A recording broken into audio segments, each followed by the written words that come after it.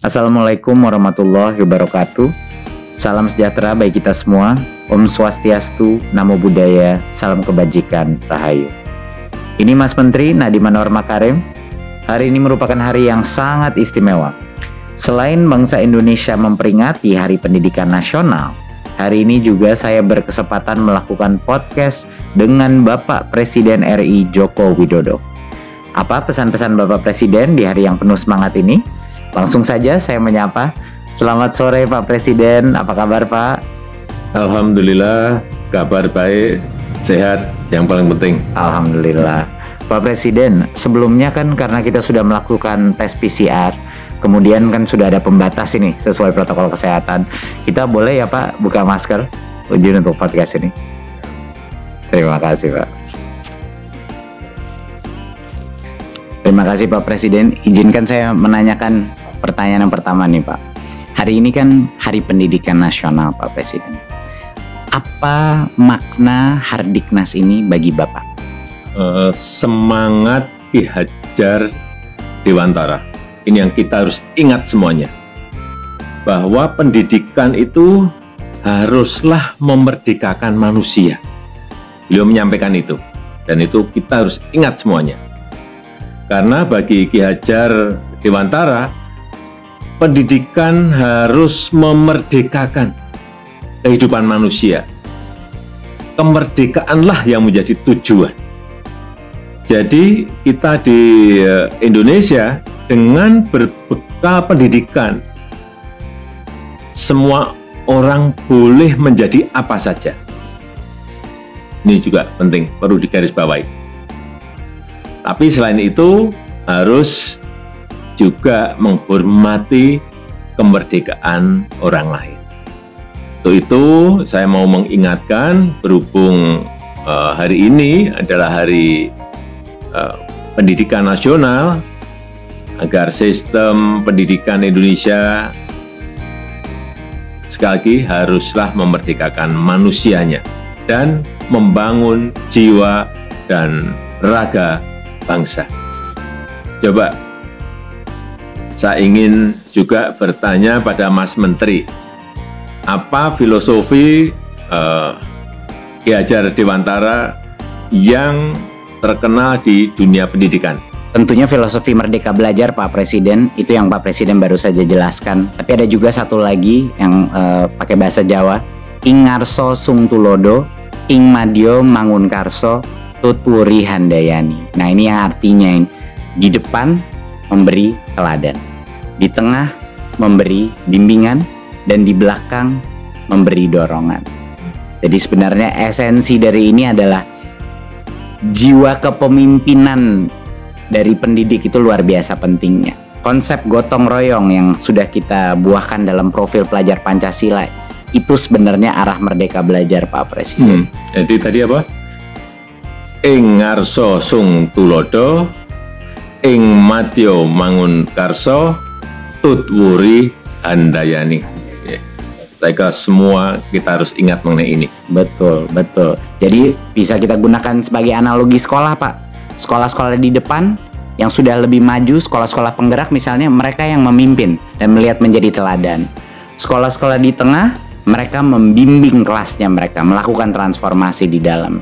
Dan sekolah-sekolah yang mungkin masih di belakang, itu diberikan dorongan dan mereka harus meminta ke dinas, ke pemerintah untuk bantu mengupgrade saya. Jadi itu salah satu filsafat gotong royong, tapi ekosistemnya Pak yang dikuatkan. Jadi menurut saya itu yang terpenting. Tapi menurut saya Pak Presiden, saya sangat setuju sama Pak Presiden bahwa kemerdekaan berpikir, kemerdekaan berkarya, kemerdekaan bertanya, pertanyaan-pertanyaan sulit, itu yang impian kami ya Pak untuk di kelas-kelas kita, sehingga anak-anak ini bisa merdeka dalam menjadi apapun yang sesuai dengan minat dan bakat mereka. Itu Pak. Sekarang kita dalam situasi pandemi nih Pak Presiden. Apa yang menurut Pak Presiden menjadi tantangan dalam mewujudkan pendidikan yang memerdekakan? Ya ini kalau kita gunakan cara-cara lama, ya pendidikan tidak bisa jalan di era pandemi ini, nggak akan bisa. Perlu cara-cara baru. digital, hybrid ini, dan kita harus harus cepat adaptasi, harus adaptif, kreatif, dan ada inovasi-inovasi terus. Situasi pandemi seperti saat ini tidak hanya dihadapi oleh Indonesia saja, semua negara mengalami, lebih dari 215 negara mengalami, dan pandemi ini mengubah secara drastis kehidupan kita. Dan untuk memutus penyebaran COVID, kita juga sudah memutuskan untuk pembelajaran jarak jauh, pembelajaran yang dilakukan secara daring, dan tantangannya adalah bagaimana memastikan pembelajaran dapat tersampaikan dengan baik, terutama untuk yang pendidikan dasar.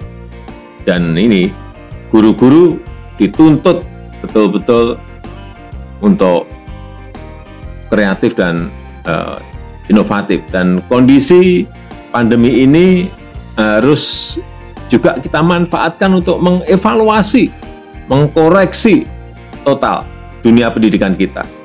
Pandemi juga jangan menjadi penghalang untuk mencapai kemajuan, dan saya sangat berharap cita-cita untuk mencapai SDM unggul itu tidak berhenti, agar pendidikan yang berkualitas bagi seluruh rakyat Indonesia ini benar-benar dirasakan oleh rakyat kita, dari Sabang sampai Merauke, dari Miangas sampai Pulau Rote, semuanya merasakan.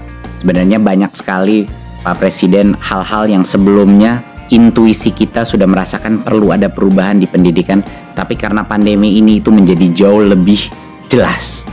Kesenjangan digital, akses internet yang tidak merata, ya kan, akses guru berkualitas yang tidak merata, penganggaran kita yang mungkin tidak memprioritaskan daerah-daerah 3T, Pak, itu semuanya ketahuan semuanya.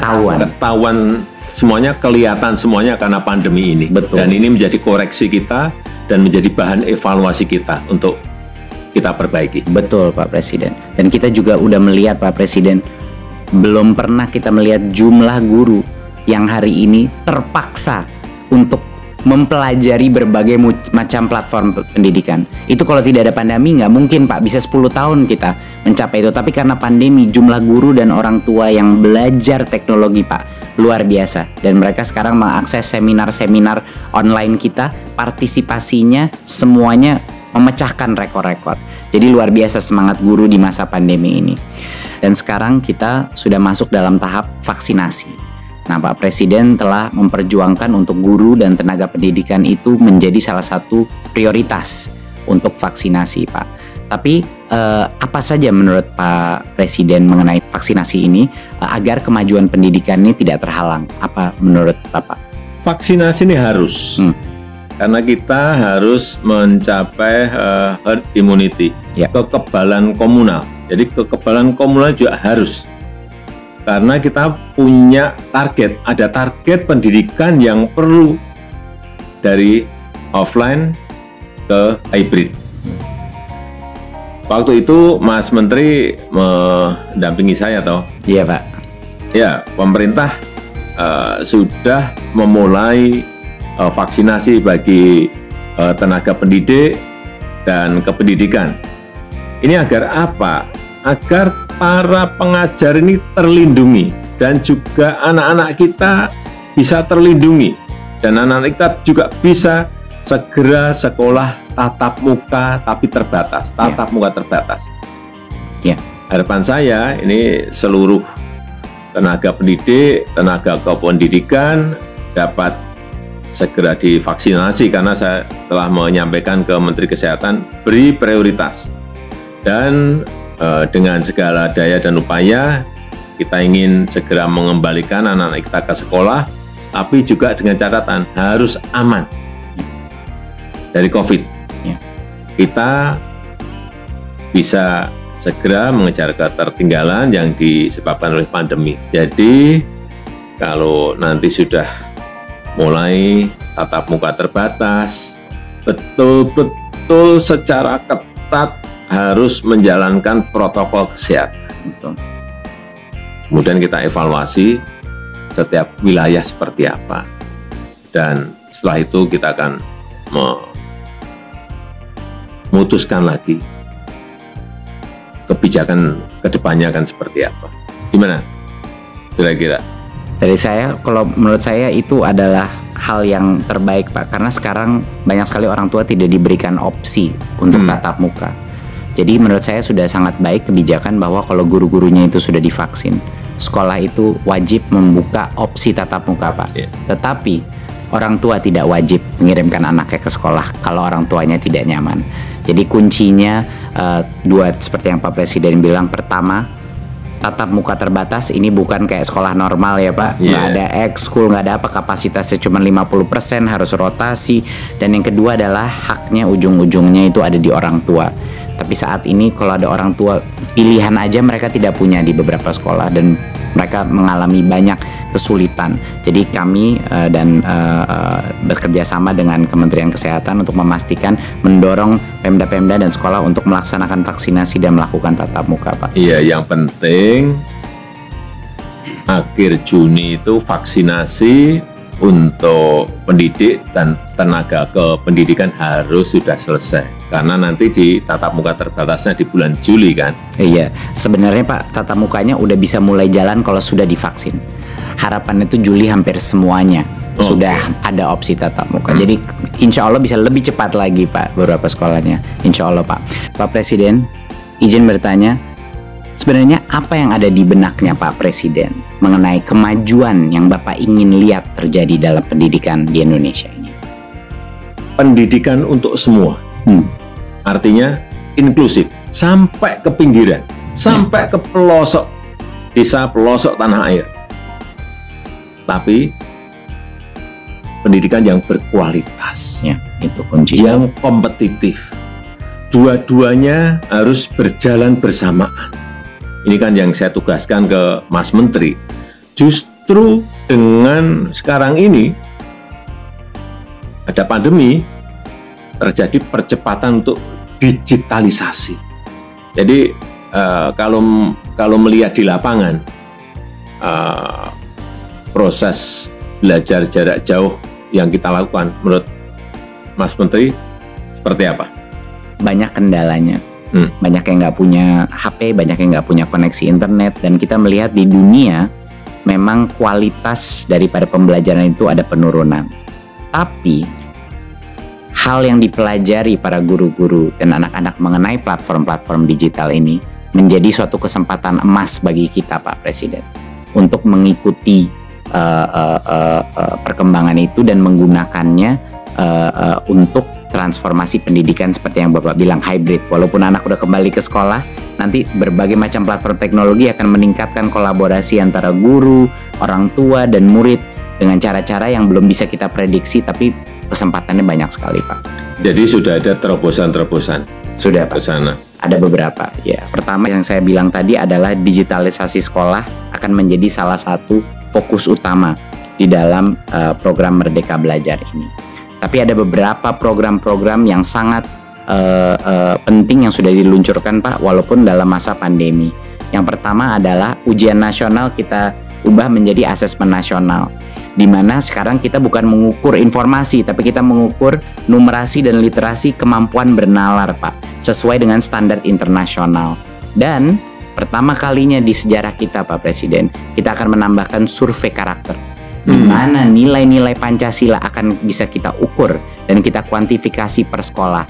Isu-isu seperti intoleransi, kekerasan seksual, dan perundungan bisa kita ukur Pak Presiden dalam per sekolah Pak. Nanti ada peta-petanya gitu. Bagus sekali. Jadi ini program Big Data, salah satu program Big Data pertama kita Pak. Bagus Pak sekali. Presiden selalu menagih saya mengenai melakukan digital government. Jadi ini step pertama kita Pak. Yaitu lompatan yang ingin kita lakukan kan di situ. Betul, betul Pak. Dan yang kedua Pak adalah program guru penggerak, di mana regenerasi kepemimpinan kepala-kepala sekolah kita, pengawas kita, guru-gurunya LPTK kita itu akan keluar dari alumninya guru penggerak Pak. Saya baru aja di Papua Pak kemarin, luar biasa, sama di Kalimantan Timur. banyak dari guru penggerak yang ikut program baru 5 bulan nangis-nangis depan saya Pak Presiden. Mereka nangis karena apa Pak? Mereka nangis karena menurut mereka program ini membuat mereka menyadari berbagai macam mispersepsi mereka mengenai apa artinya pemimpin di dunia pendidikan Pak.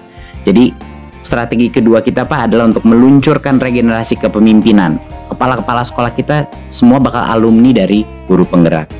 Ketiga Pak, kita transformasi keuangan. Ini yang dengan dukungan Pak Presiden sangat membantu Pak.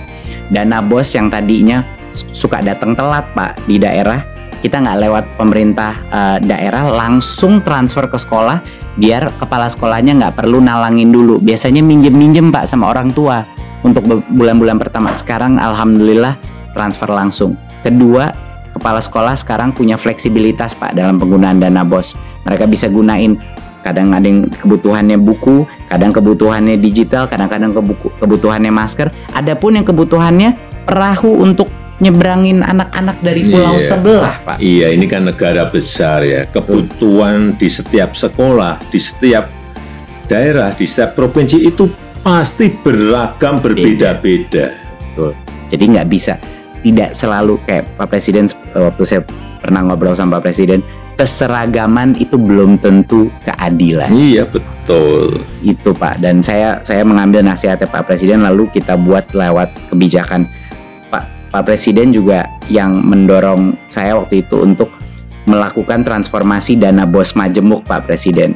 Kan aneh kan Pak, dulu Pak Presiden bilang sama saya, Mas Menteri ini aneh kok jadi per anaknya di Jakarta sama per anaknya di Papua, di Pulau Maluku. Jadi setelah kita evaluasi, kita ubah Pak Presiden. Sekarang namanya dana BOS Majemuk. Berdasarkan per anaknya itu berdasarkan indeks kemahalan. Jadi di Papua di mana bangun ruang kelas itu 3 kali lebih mahal, ngirim buku dari Jakarta bisa 2 kali lebih mahal. Sekarang Pak, anak-anak di kepulauan di Maluku sama Papua naik dana BOS-nya 40% sampai dengan 100% Pak Presiden. Ya itu yang namanya keadilan. Betul. Belum tentu keseragaman adalah keadilan. Bagaimana sekarang Mas Menteri mengenai infrastruktur dan teknologi untuk sekolah? Digitalisasi sekolah Pak, tentunya bekerja sama berkoordinasi dengan Menkominfo Pak untuk memastikan bahwa sekolah menjadi prioritas untuk koneksi internet Pak. Dari Kemendikbud kami sedang mempersiapkan program distribusi laptop terbesar Pak yang pernah terjadi, sehingga anak-anak kita dan guru-guru kita akan bisa mengakses ya, dan tentunya dengan proyektor dan juga dengan wifi router. Kapan itu? Ya, harapannya dalam 1-2 tahun ke depan banyak sekali sekolah kita, puluhan ribu sekolah kita akan menerima paket-paket laptop Pak. Dan juga Pak, beberapa inovasi yang kita lakukan tentunya di Kampus Merdeka dan KIP Kuliah Pak. Di Kampus Merdeka adalah program yang luar biasa didukung Pak Presiden, adalah untuk membuka opsi bagi perusahaan, bagi NGO untuk membuat kursus-kursus 1 semester yang akan mendapatkan full SKS bagi anak-anak mahasiswa kita. Jadi sekarang belajar bisa di mana-mana. Iya, sekarang artinya belajar itu bisa dengan siapa saja. Belajar juga bisa di mana saja. Dengan siapapun, bisa dengan perbankan, bisa dengan industri, bisa dengan UKM, semuanya bisa. Bener, setuju sekali Pak. Tapi masalahnya dulu Pak Presiden, jangka waktunya kependekan. Kalau mau magang itu cuma 1-2 bulan Pak. Dan anak-anak kuliahnya masih harus ngambil mata kuliah di universitasnya. Sekarang sudah berubah Pak. Dia akan mendapatkan full 20 SKS di dalam perusahaan tersebut. Jadi dia tidak harus mengorbankan SKS dia dan kapan dia lulus. Dan juga disubsidi oleh pemerintah biaya gajinya itu mahasiswa, biaya uang transportnya itu disubsidi Pak oleh pemerintah. Jadi ini kesempatan yang sangat besar bagi perusahaan juga untuk menambahkan talentanya. Itu Pak, kira-kira. Ya, inilah perubahan, inilah transformasi yang kita inginkan. Betul Pak, betul Pak. Dan banyak sekali perusahaan yang semangat Pak. Waktu saya bilang sama perusahaannya, Pak Presiden yang minta partisipasi semua sektor strategis. Mereka luar biasa semangat ya Pak, karena ini benar-benar memecahkan masalah mereka juga. Yang kedua Pak adalah KIP Kuliah. Yang kemarin KIP Kuliah baru saja kita melakukan perubahan, bahwa sebelumnya KIP Kuliah itu cuma 2,4 juta Pak per anak. masalahnya adalah di prodi-prodi yang sangat baik kualitasnya, ada banyak yang UKT-nya di atas 2,4 juta Pak. Jadi banyak sekolah-sekolah kita diskriminasi terhadap anak-anak penerima KIP kuliah karena rugi universitasnya.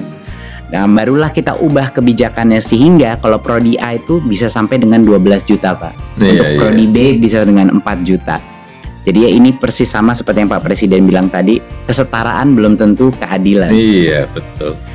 Sehingga sekarang anak-anak dari Papua atau dari Maluku yang mau masuk ke dalam program yang mahal, misalnya Fakultas Kesehatan, dia bisa tanpa diskriminasi dari universitasnya Pak Presiden. Itu kira-kira Pak, beberapa hal yang memang sudah mendapat dukungan dari Pak Presiden. Bagus.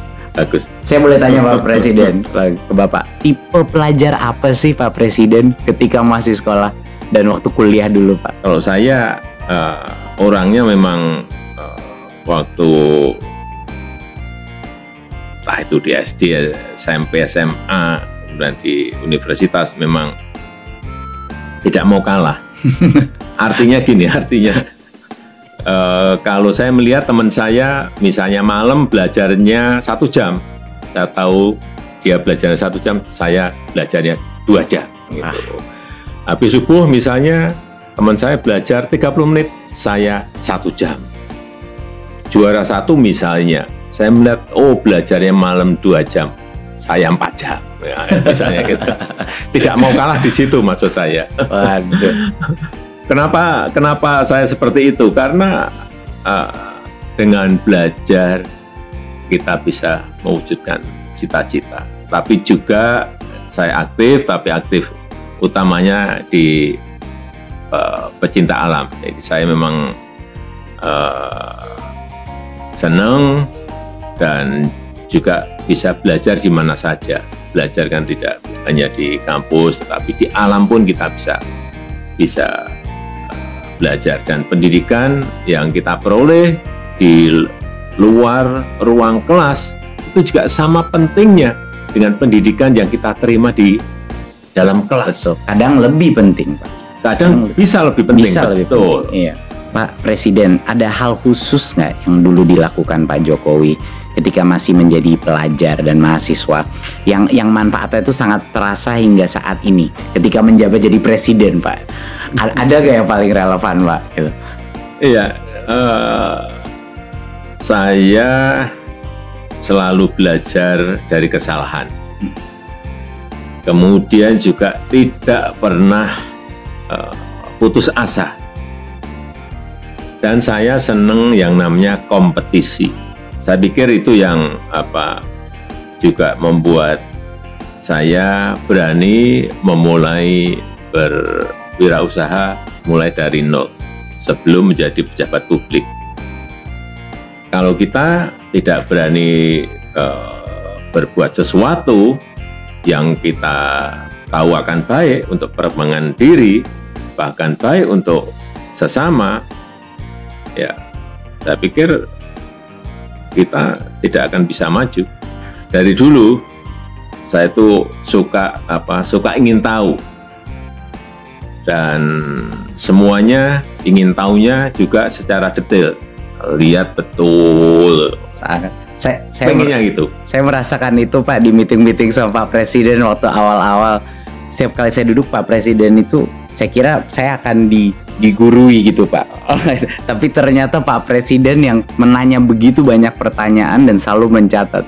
Tapi apa Pak Presiden dari dulu memang seperti itu Pak? Selalu ingin bertanya detail. Iya. Oleh karenanya sekarang pun juga sama seperti itu. Kenapa saya cek ke lapangan setiap pekerjaan-pekerjaan secara detail. Secara detail pun kadang-kadang masih meleset, apalagi tidak. Betul, setuju sekali Pak. Boleh saya tanya Pak Presiden. Pak Presiden, apakah ada pesan mungkin penyemangat untuk para pendidik dan pelajar di Indonesia di Hari Pendidikan Nasional ini? Jangan berhenti belajar walau sedang pandemi. Justru gunakan untuk belajar sekarang ini secara mandiri dan menjadi pembelajar sejati. Ilmu dari sekolah atau dari kampus itu bisa menjadi suatu saat itu usang, menjadi jadul. Tapi kalau selalu belajar sepanjang zaman, ini akan terus bisa relevan. Artinya memang kita harus belajar terus. Luar biasa, menjadi pembelajar sepanjang hayat ya Pak. Menjadi pembelajar sepanjang hidup, betul. Terima kasih Pak Presiden RI Joko Widodo. Banyak sekali pesan Bapak yang tadi menjadi bekal buat saya menjalankan tugas ini. Saya juga harap masyarakat juga dapat terinspirasi oleh kata-kata dan juga sejarahnya Pak Presiden. Sehat selalu Pak Presiden dan semoga lancar menjalankan ibadah di bulan suci ini. Terima kasih, amin. Terima kasih. Itu tadi podcast saya dengan Bapak Presiden RI. Terima kasih telah menyaksikan, dan pada kesempatan ini saya juga ingin mengucapkan selamat menunaikan ibadah puasa di bulan yang penuh berkah ini. Marilah kita mencapai kemenangan. Mari serentak bergerak, wujudkan Merdeka Belajar. Sekian, wassalamualaikum warahmatullahi wabarakatuh. Om Shanti Shanti Shanti Om Namo Buddhaya.